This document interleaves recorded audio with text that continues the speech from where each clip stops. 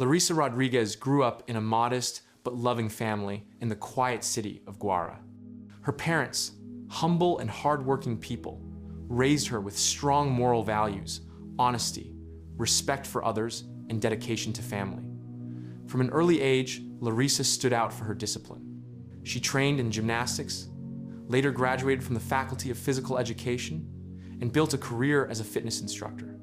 She lived a clean life, no alcohol, no smoking, no excesses, and was deeply devoted to health and balance. Larissa had only one serious relationship with Luis Garnica, a young man from a respected, well-off family.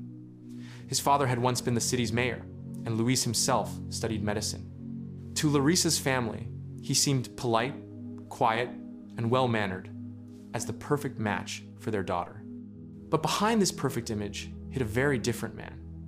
According to Larissa's relatives, Luis often struggled financially despite his education. At the beginning of their marriage, he was even supported by Larissa's mother, who sent him homemade food.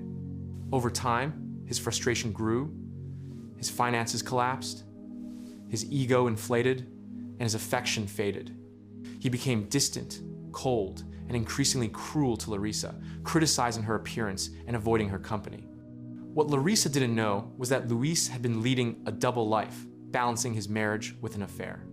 And behind this tangled story stood another figure, Luis's mother, Elizabeth Arabassa, a quiet woman with a dark past. At 68, Elizabeth looked like a typical elderly mother, calm, polite, almost fragile. But people who knew her described her as a manipulative woman obsessed with money and control. In the past, she had been suspected of gambling addiction, theft, and even involvement in a mysterious death of a relative who owed her money.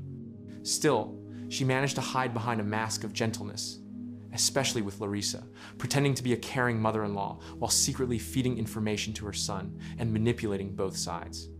By early 2025, tensions in the Garnica household had reached a breaking point. Larissa discovered signs of betrayal changes in Luis's schedule, late-night absences, and growing irritability. Her instincts told her something was wrong. One March evening, her suspicions were confirmed when she saw Luis visiting another woman's house during a supposed night shift. Inside his car, she later found personal items belonging to a woman and a vial of anesthetic medication. When Larissa confronted his mother, Elizabeth, hoping for understanding, the response was chilling. Instead of empathy, Elizabeth scolded her for spying on her husband and calmly remarked that men's affairs are normal. That moment marked the beginning of something far more sinister. On March 15th, 2025, Larissa told Luis she wanted a divorce. She confided in her father and a close friend, explaining she needed peace and time to move on. But what she didn't know was that this decision would set in motion a deadly plan. In the days following her decision to leave, Larissa began noticing strange things. Meals tasted slightly bitter. Her morning coffee, something she rarely drank, had a strange metallic aftertaste. At first, she blamed stress. But soon, her body started betraying her. Constant nausea, weakness, and dizziness. Doctors couldn't find anything serious, just exhaustion and low blood pressure. Yet Larissa's intuition screamed that something was wrong. She started keeping a small notebook, writing down every symptom, every meal, every odd moment. Over the next 3 weeks, her condition worsened dramatically. Her skin turned pale, her hair began falling out, and her nails became brittle. But the most terrifying change was her weight. She lost nearly 10 kilograms in less than a month, despite eating normally. On the surface, Luis seemed caring. He brought her tea, helped her to bed, and often cooked dinner himself. But Larissa's father noticed something disturbing. Whenever Luis offered his special homemade soup or drinks, Larissa's condition deteriorated within hours. By early April, Larissa could barely walk. Her mother rushed her to a private clinic, where tests revealed alarming signs of heavy metal poisoning. But before doctors could confirm the results, Luis insisted on transferring her to a different hospital, claiming the first one didn't have proper equipment. The second clinic somehow lost her test samples. Larissa's parents grew desperate. They began to suspect not only Luis, but also his mother, Elizabeth, who visited their home almost daily, pretending to help. She would bring food containers, insist on washing dishes, and often stayed alone in the kitchen. One night, Larissa's father secretly placed a camera in the kitchen. The next morning, he reviewed the footage and froze. Elizabeth was seen pouring a small, clear liquid into Larissa's water bottle. When confronted, Elizabeth acted shocked, claiming she was just adding vitamins.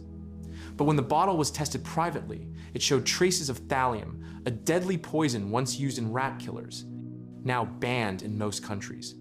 Realizing the danger, Larissa's parents took her back to the hospital under police protection. But by then, it was too late.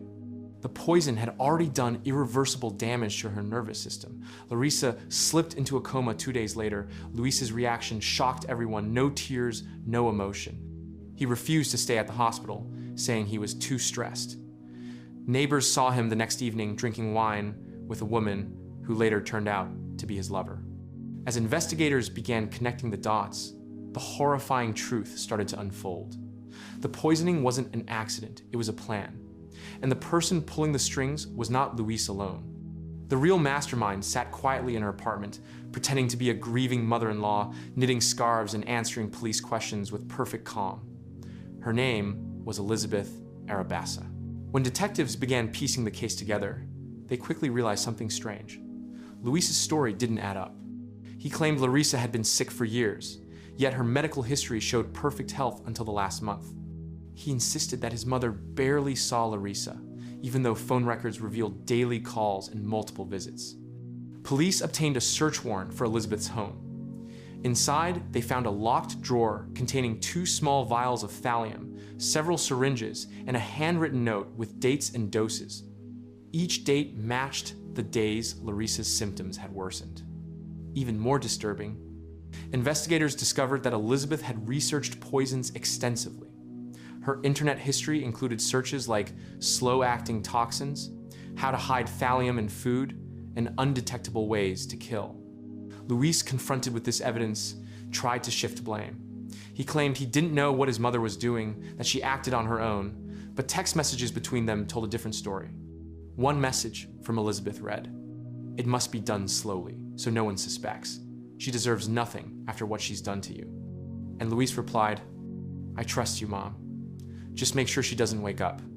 When this evidence surfaced, both were arrested.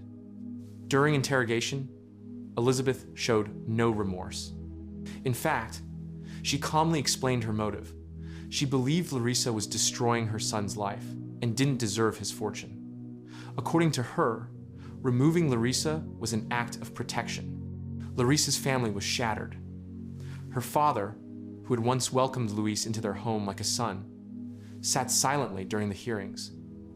Holding his daughter's photo, forensic tests confirmed the lethal levels of thallium in Larissa's body, along with residue traces in food containers found at Elizabeth's home.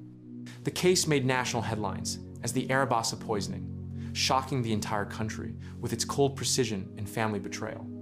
In court, Luis broke down only once when confronted with Larissa's final diary entry. In trembling handwriting, she had written, "If anything happens to me, it wasn't an accident. Please don't let them win." Those words sealed the case. Elizabeth Arabassa was sentenced to life imprisonment for premeditated murder. Luis Garnica received 25 years for complicity and obstruction of justice. To this day, neighbors still talk about Elizabeth, the polite old woman with kind eyes, who once handed out cookies to children on the street, hiding the soul of a murderer behind her gentle smile. Larissa's father later established a foundation in her name to raise awareness about domestic poisoning cases, helping others recognize early warning signs that Larissa never saw coming. Her story remains a chilling reminder that evil doesn't always wear a monster's face. Sometimes it hides behind a mother's voice, whispering softly, "I'm only doing this for your own good."